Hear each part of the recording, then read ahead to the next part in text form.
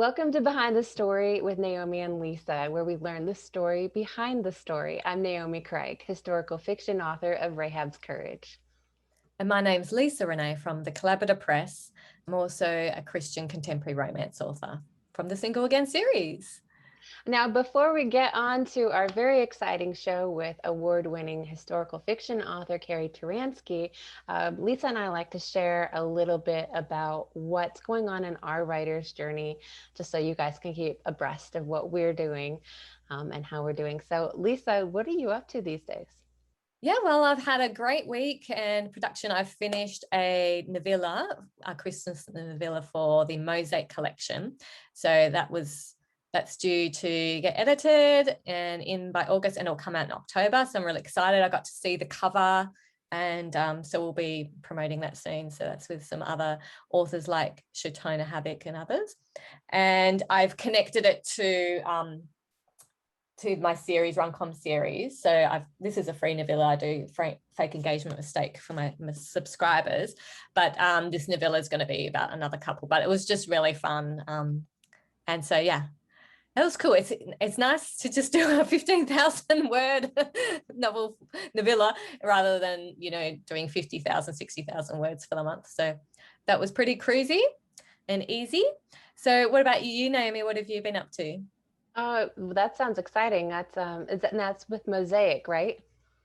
Yeah, so we've got some new authors coming into the group. I'm one of them, and so they've expanded their author team there. And so we have a Mosaic readers group, and we do giveaways and that kind of stuff. But how fun.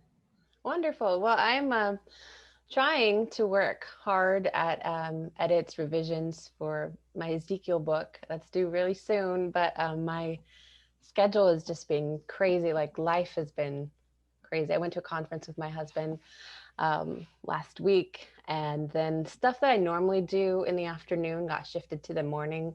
So I'm trying to be flexible and adaptable and still get some good quality editing in, but it's been a struggle this week. So I'm trusting that the Lord will open up all those doors that need to be opened, because I need that help.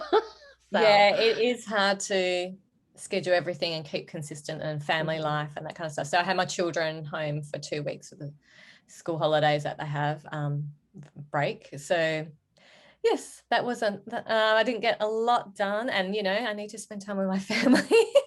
And but it's good, like prioritizing, just chilling out, spending time with the kids, doing stuff, taking to parks and doing that. And that's good. And and I think I am a very productive person. Like, I think I did this George Peterson test, and I'm like 96% productive or something. Out of 100 people in the room, I'm like number 96 sort of.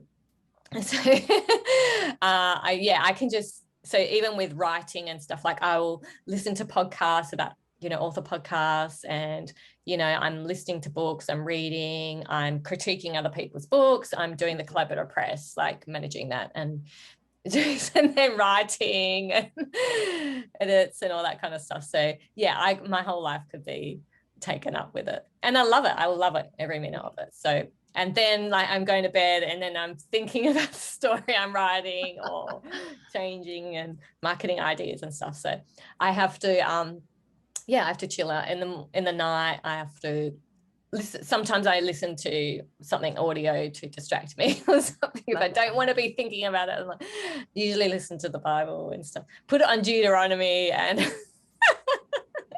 listen to all the names. The son of the son. That's funny. Yeah, I do like listening to the Bible at night. So and then you'll get a good half an hour of thinking, and then it was just like, and then I wake up and it's like up to Revelation. You had some deep sleep. Then they have nightmares. Our last show, we had Nancy Nagel, who's several of her books have been made into Hallmark movies. We have a shell collector available for one lucky winner. That note is in the show notes below. Be sure to check. If that's you, congratulations. Thank you so much for tuning in. And we will be in touch with that.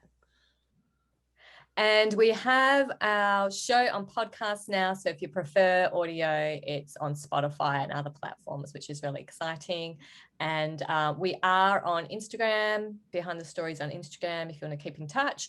And if you subscribe to YouTube or the podcast, you'll get notified when our next episode is on. And we will have a giveaway. We have a giveaway every week. And we also give away one of our books. So I have the novella that I was mentioning before. I'll just bring this in. There it is. This is a short rom-com. It's set in a small town in Colorado called Idaho Springs. And Naomi, what do you have?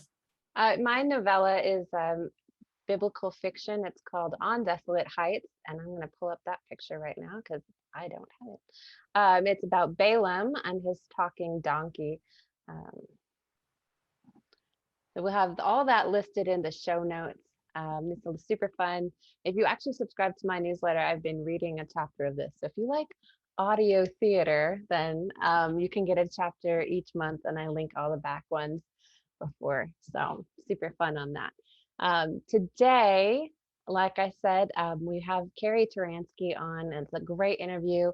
And I did this one solo, so you'll just hear me or see me. Lisa didn't feel like getting up at 1 o'clock in the morning. So, but I had a great time with Carrie Turansky. And here is our recorded show. Our guest today is Carrie Turansky, award-winning author of 20 novels and novellas. She has won the ACFW Carroll Award, the Crystal Globe Award, and the International Digital Award. And she was finalist for Inspirational Reader's Choice Award and Maggie Award of Excellence. Carrie is a prolific writer of contemporary and historical romance, women's fiction, short stories, articles, and devotionals, and she lives in central New Jersey with her husband, Scott. They have 5 adult children and 6 grandchildren. I'm sure they're great, but I'm sure they're not your great-grands yet. 6 grandchildren. Carrie, thank you so much for joining us on Behind the Story. Thanks, Naomi, and Lisa too. I hope that you'll see this later. I'm glad to be with you today. Absolutely. Now I have to start out when so I had known that Carrie was going to be on our show, and I was doing research for my own book, which is biblical fiction, and I'm looking for ancient Jerusalem and gates and maps and layouts of all that. So I come across this map that was really helpful. It was from Nehemiah's time, and I need Solomon, so a little bit of time frame error for me, but it was by a Scott Turansky, and I'm like, wait a second, what are the odds of of it actually being someone related to Carrie? So I did some digging, and sure enough, it was Carrie's husband who posted that. So I kind of stalked her and said that I appreciated that. So I appreciate. I'm glad it was helpful for you. That's great. Yeah. He did biblical research. He's a pastor. We've been in ministry partnering together over 40 years. So that's wonderful. My husband is a pastor as well, so I can definitely relate to that. But that was really helpful. And so leave in the comments below which famous person that you have stalked. I'd love to know. So Carrie, your latest release, tell us real quick before we get started, for those who aren't familiar with you, who you are and what you write. Okay. Well, as you said, I live in New Jersey now, but I'm originally from Oregon. And Scott and I have been here for 30 plus years though. So we're pretty settled in New Jersey. And we do have 5 adult children. And now we actually have a 7th grandchild. So we have one more than was in my bio. So we spent a lot of time focused on our family and enjoying them. And I have been writing since about 2000, so about 21 years. And I have 21 books published. So an average of about 1 a year, kind of a book.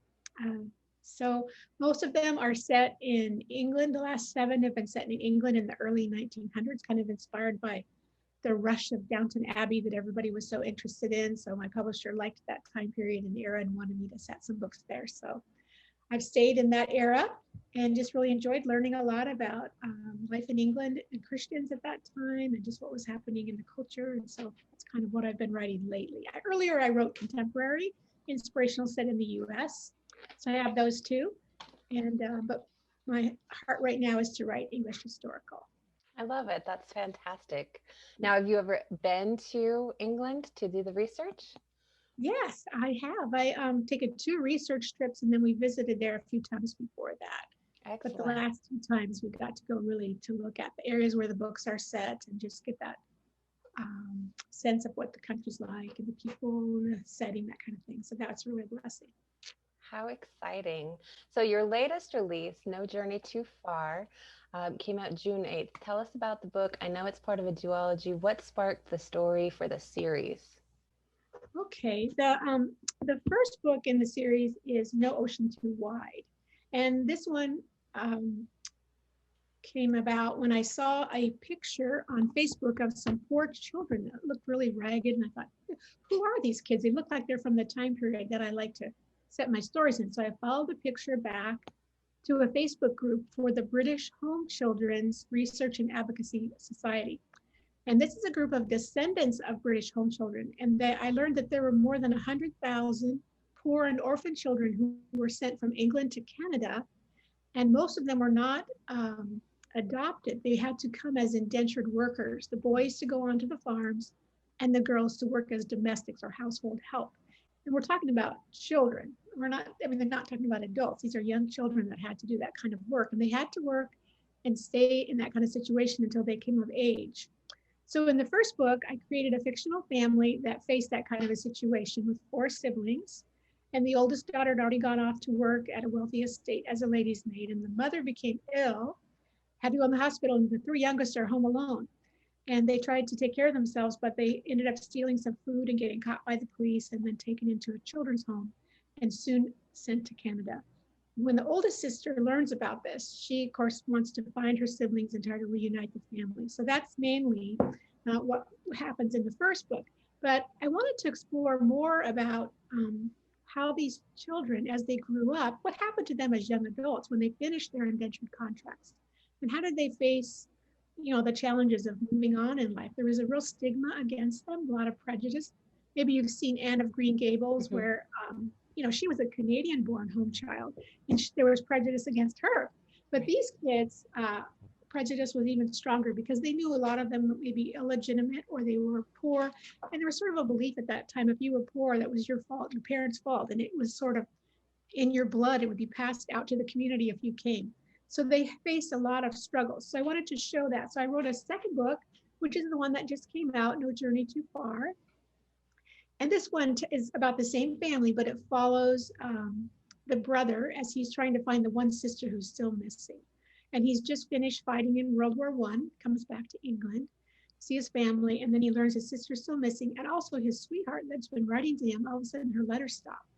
So he's going back to Canada to search for his missing sister and then also to find out what happened with his sweetheart. So we follow the family again and see how the search for those that are missing are found and what kind of experiences they've had and how the young adult British home children, how they faced those and overcame those. Well, that sounds wonderful. It sounds super powerful. I think I can imagine, like, it seems like it'd be a happy situation, but how many of those were treated poorly even in the house? That's very heartbreaking. Yeah, they say that 60% of the kids suffered abuse or neglect. So there's a big, I think England has even offered an apology to the descendants, from their government.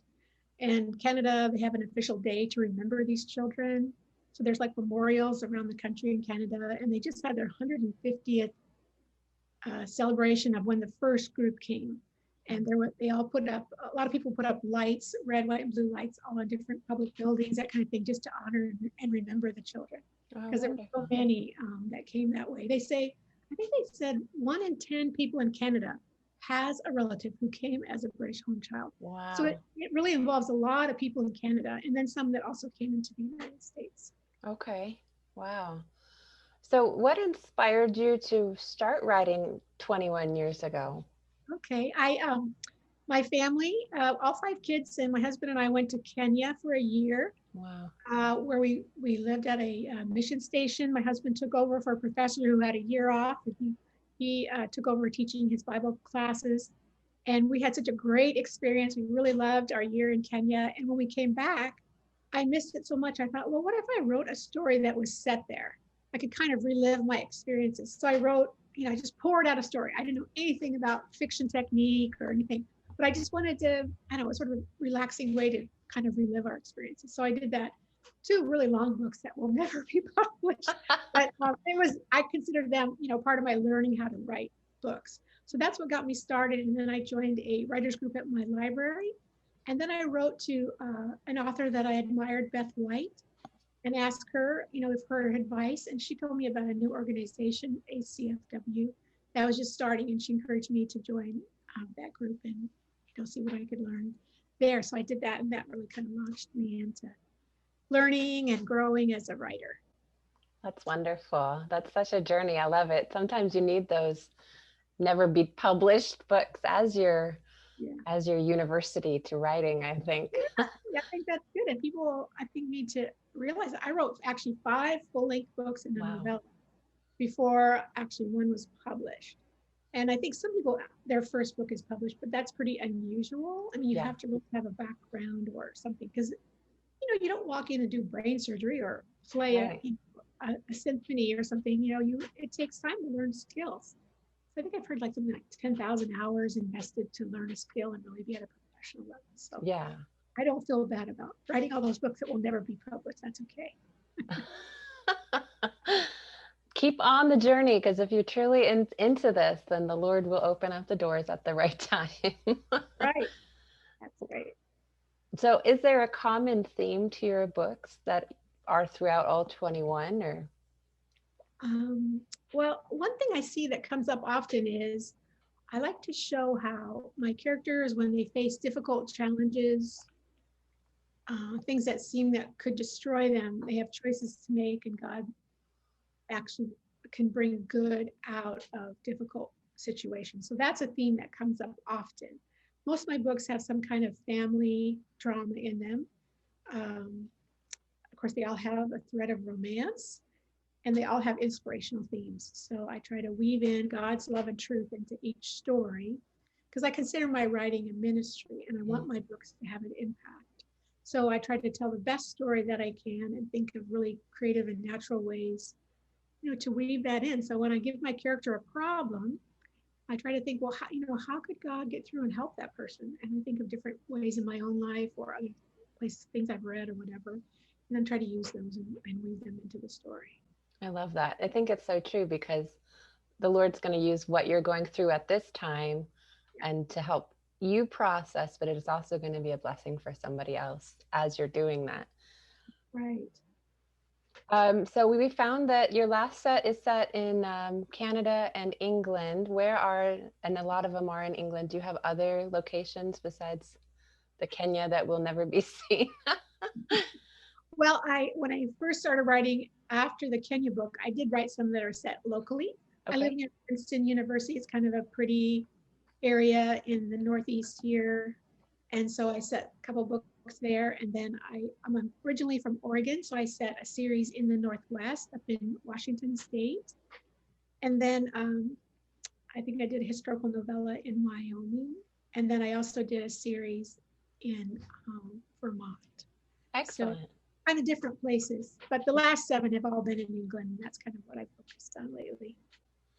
So what is the best writing advice that you would say someone has given to you recently? Okay. Well, I think that advice that Beth White gave me back at the beginning is still really good advice, to join some writers organization. For me, it was ACFW. I know there's many other good organizations and ways to connect, because when you connect with other writers, you really acknowledge, I am a writer. Then you can step forward and you can network and encourage each other. You can critique for each other. And, you hear about craft books, and there's just so much. You don't want to go it alone. So I really appreciate that advice that she gave me. And I followed that and got really involved with ACFW, and it's been a real blessing to me. That's wonderful. Really wonderful friendships with other writers that are just life-changing. So I'm grateful for that.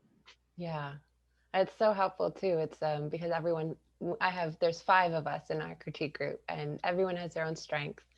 And we submit our full novel, once a month. We're working on something different, but it's just neat to see everyone's strength, and it just makes it such a fuller experience for your personal book and also for the whole, like, feel like you can contribute to them as well, and you bring strengths to the table. It's really such a Yeah. blessing, such a godsend. I got 2 notes today. So I'm coming up on a deadline for my book, and I got actually 3 notes within like 20 minutes, like, hey, I did this, or hey, how's it going? And it was just such a blessing, because it's, the Lord just providing when you need it. So Yeah, that's important. Yeah. absolutely. Do you ever read your book reviews? Well, there's all kinds of advice out there about, don't read your reviews, but I actually do. I kind of skim them. If there's a really low review or a really high review, I usually take a look at those, because I think you can learn from them, and you can learn what people appreciate or like about your books so that you can continue including those elements. But then sometimes with the low reviews, I mean, you'll see something actually that didn't work in your story, and that's good to know. Or sometimes you'll just realize this person is not my audience, they're not the right person for this book. And sometimes, because my books have quite a bit of faith elements in them, I'll get somebody like, oh, I didn't know there was going to be people, praying in this book or whatever. And I'm like, okay, that's just not my audience. So, I do get some of those sometimes, but I've been blessed to get a lot of great reviews. So I'm really grateful for that. And, I look on Amazon sometimes, and I look on Goodreads, but that's all. So what was the best money you've ever spent as a writer? I think I would say going to writers' conferences, because it is an investment. But I think, well, if you had another career, you would pay to go to college or graduate school or whatever. You would pay to network and connect with people. And so I try to budget for that and plan to go at least once a year to one, and then maybe a couple of times a year to smaller brainstorming retreats with other writers, so that I can stay connected with them, and they can help me on my story and I can help them. I love that. Absolutely. So how do you find that, we've kind of touched on this before, but do you find that your faith impacts your writing, and the stories that you're telling? Yeah, I think it's really important to me because, like I said, I consider it a ministry, and I do want to weave in truth. And you look at the Bible, and like Jesus often, used parables, stories, because the story can really reach past the person's like wall, their thinking kind of thing, and can touch their heart and can help them see things in a different way. Just like with David, the prophet that came to him and told the story about, the little lamb being taken away, that kind of thing. And it was really, stirred his anger until he realized, you are the one who did this. And I think stories have a way and ability to do that. So I think, I try to include faith elements in every story, different themes, like we kind of talked about already. But I do try to make it natural. And, my characters are not perfect. They usually always have struggles and issues that they're going through. And sometimes they make good choices and sometimes they don't. And I'm thinking of in No Ocean Too Wide, the heroine is the older sister, and she's trying to find out what happened to her younger siblings. And she faces this dilemma about she has an opportunity to go to Canada, but it means she has to use a false name and actually kind of lie about why she's going. So she struggles with that. And so I had to think through, what's the right thing to do in that situation? And is that okay for her because she's trying to save her family? And so I try to weave things in like that where readers, as well as the characters, have to really think through an issue and say, what's the right answer here? And how did they handle that? Was that the right way? Was there another choice they had? That kind of thing. Yeah, I think that's true in ministry too, because life is not black and white. Like, it's messy. Like, you have to make a call based on what you know of the situation, what the Lord is telling you. But that is hard to, you can't classify it as yes or no all the time. Yeah. So in her situation, she had to really, look at the results of what she did, and then she's able to think back. It got her where she wanted to go, but was that the only choice she had? And could she have chosen something different? So that was good. So what is your favorite country that you've been to, or that you want to go to, or? Well, I do love visiting England. That's been great. We've been blessed to do a lot of traveling. So we used to live in Hawaii for 8 years. That was really beautiful. You could go outside and walk and exercise every day of the year. It's always so pretty there. And the humidity is like perfect. Your skin was always so nice in Hawaii. But I really loved that. That was beautiful. And then, of course, our time in Kenya was life-changing for all of our family. And that was just amazing, just to be in another culture and see their faith and what it's like and what it means to them there. So that was great too. So was that a mission trip that you were on in Kenya? Yes. Awesome. Excellent. So what is something that people would be surprised to learn about you? That's a hard question. You're pretty open book, huh? Yeah. Well, I mean, here's one thing. I do love to cook healthy food. I'm kind of a health nut. So they might not know that about me, although I do share my Pinterest recipes sometimes. But I have an autoimmune condition, and so I've tried a lot of natural ways to be healthy. And so I have, different Pinterest boards, maybe all kinds of things. And when people come to my house, I try to disguise it enough that they will enjoy it too and make it a really healthy dish. So that's kind of a fun thing. My husband is good about it. He's trying to be really healthy too. So we both get in there and use our stevia to sweeten things and eat a lot of fresh organic vegetables and fruits. So we're growing our own blueberries for the first time this year. So we had our first blueberry the other day. I was really thrilled. How exciting. One from last year. So it's going to take a few years for it to be a big harvest, but at least they're starting to produce. So that's kind of fun. That's exciting. I love it. So what hobbies and activities do you do outside of writing? And obviously you probably can't walk year round outside where you're at. No, not all the time, but I do love to garden, and I'm a big flower grower. So I have a lot of perennials, and then I put in some annuals, and I really enjoy that. And just a couple weeks ago, I did with the ladies at my church, we had make a flower planter. So I bought all these plants, and all these ladies came over and we all made these planters. It's kind of a fun activity to do. And then I did a devotional about the word flourish, the idea of flourishing and how God wants to help us flourish in our lives. Like you want your beautiful flowers to grow. So I enjoyed that. And then I also like to do flowers for special events. So for two of my kids, I did flowers for the wedding. That was kind of fun. It's a lot of work. So the last one, I didn't do that, but I enjoyed that. And so sometimes for things at church, I'll do flowers, and we have, lunches, that kind of thing. I'll do flowers with tables and stuff. So that's kind of fun. I just enjoy that. Awesome. And when you're reading, what's your go-to favorite Christian genre that you pick up? Well, I do love historical romance, which is what I write, but I also read, contemporary romance. And lately I've been reading some time slip novels, and I'm really interested in that. So I've read a few of those, and I'm enjoying kind of seeing how they weave the story together. So that's enjoyable too. Do you think you'll ever do a time slip? Yes, that's what I'm working on now. Oh, you've heard it first here. I love it. So who would be 3 of your favorite Christian authors?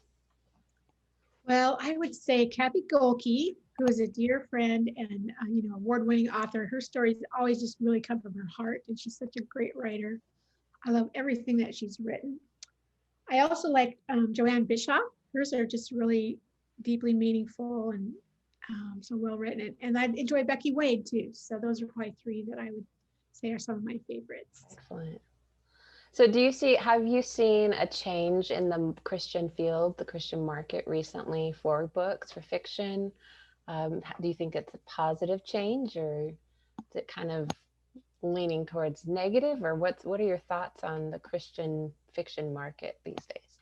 Okay, so there's a lot of things happening that are making a lot of big changes. One thing that's really positive is I think the skill level of Christian writers has really, continued to increase, so that there's a much more awareness of good craft, and there's more opportunities to learn that, and people are really diving in to do well with their writing craft for fiction. So that's great. I really think that's really helpful.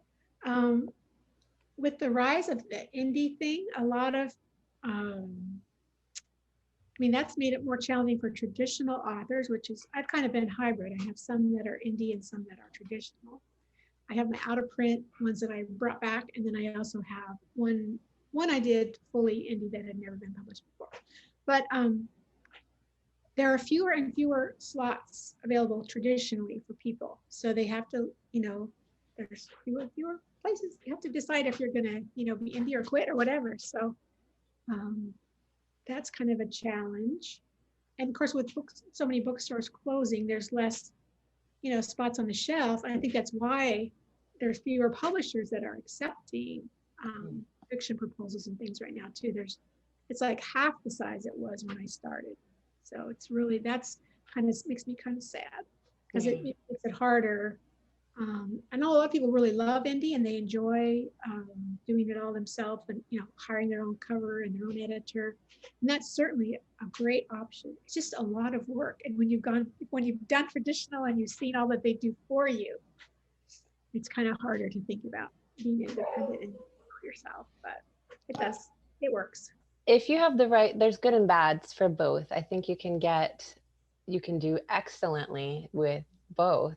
I think it's really not a right answer either. Like, it's what some people might thrive with indie might not be the right answer for someone else who needs a little bit more of, or would prefer to outsource more of it, and so it's neat how the Lord opens up the doors. And like you said, the quality is, we're not just limited to like, the sweet Christian romance, as Christian authors, it's just exploding as far as the genres and the depth, and it's really good thing. Awesome. Well, what can you tell us about your next work in progress? What do you got coming up? Well, I have a couple different ideas I'm working on. One is a time slip. So I thought that would be a fun challenge to try to learn how to weave a contemporary story and historical story together and make them meaningful. And I've really enjoyed reading some of those. So I thought, well, maybe I could try that. So the one I'm working on right now is the working title is The Shepherd's Heart. And it has a contemporary heroine who is an evaluator for fine art. And she makes a terrible mistake and classifies a painting as a copy when it was really an original. And so her grandfather owns the auction house that she works for. And so he sends her off to the Lake District to kind of give time for everything to settle down and for her to hopefully redeem herself by helping an old friend there who has a big house and they have a lot of art and antiques they want to sell. So she goes up there, and she's also a young woman who has never known her father. And she learns that while she's there, that this is the area that he is from. So she's also looking for her father and trying to learn who he is and see if she can reconnect with him. And then she finds a journal at the house that's actually from the great grandmother of a person who lived there that is also has father issues. It's a young woman in the early 1900s, for the heroine for the historical part. Her father was a very famous religious speaker, and he was actually leading a double life. He has a heart attack and dies. And she discovers that he has these love letters, and so it shatters her faith, and she's trying to recover her faith. And so her family goes to the Lake District. And so that's kind of where the stories are set and collide. And you see the historical daughter kind of trying to make sense of what's happened and renew her faith. And she gets a lot of help from a guy who's a shepherd there. So the idea of the good shepherd and Jesus being the good father and all those kind of things are going to be woven in there, I hope. I love it. And the girl who's modern, who also has father issues and is trying to figure out how to forgive and if she can reconnect with her father. So that's where we're going. I love it. So what is the difference between time slip and I can't remember the other? I've heard that there is a difference between time slip and time travel. Yeah, time travel. Or I don't know. Well, that one seems pretty straightforward. There's another one that people have said, oh, they're so different. You have to like, they seem like the same. I'll have to look at it. I've heard it called dual time. Oh yeah. Split time, slip time. But those are basically pretty much the same idea. Okay. You have two stories and it's just different publishers call them different things. Okay. And then the time travel is like what Madeline just said, where somebody actually travels through time and they're that person. And they're actually there. Yeah, that makes sense. So like that's what I had thought with that they sounded interchangeable, but somebody was like, no, they're different. I'm like, I don't see it. I don't know the difference. So whoever they are, they better tell us. Tell me why.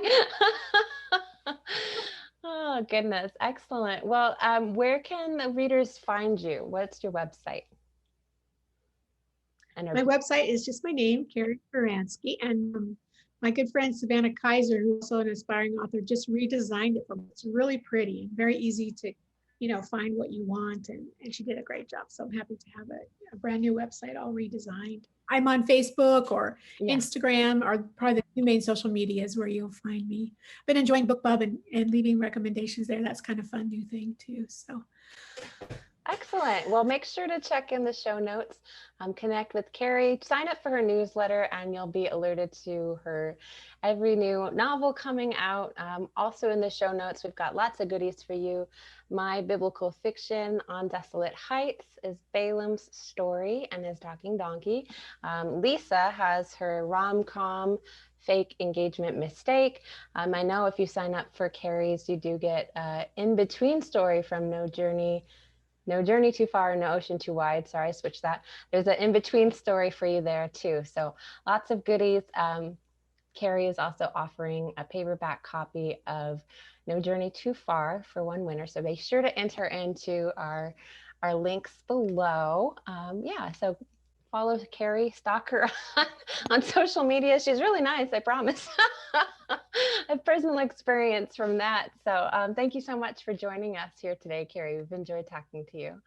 Oh, it's been great. Thanks a lot. I really appreciate it. Absolutely. Thank you so much for joining us today on Behind the Story. Until next time, let us run with endurance the race set before us, looking unto Jesus, the author and finisher of our faith. So thank you again for joining us today on Behind the Story with Naomi and Lisa. Don't forget to click on the links and subscribe to our YouTube channels, and you'll keep up to date with our author interviews. Have a great week. God bless.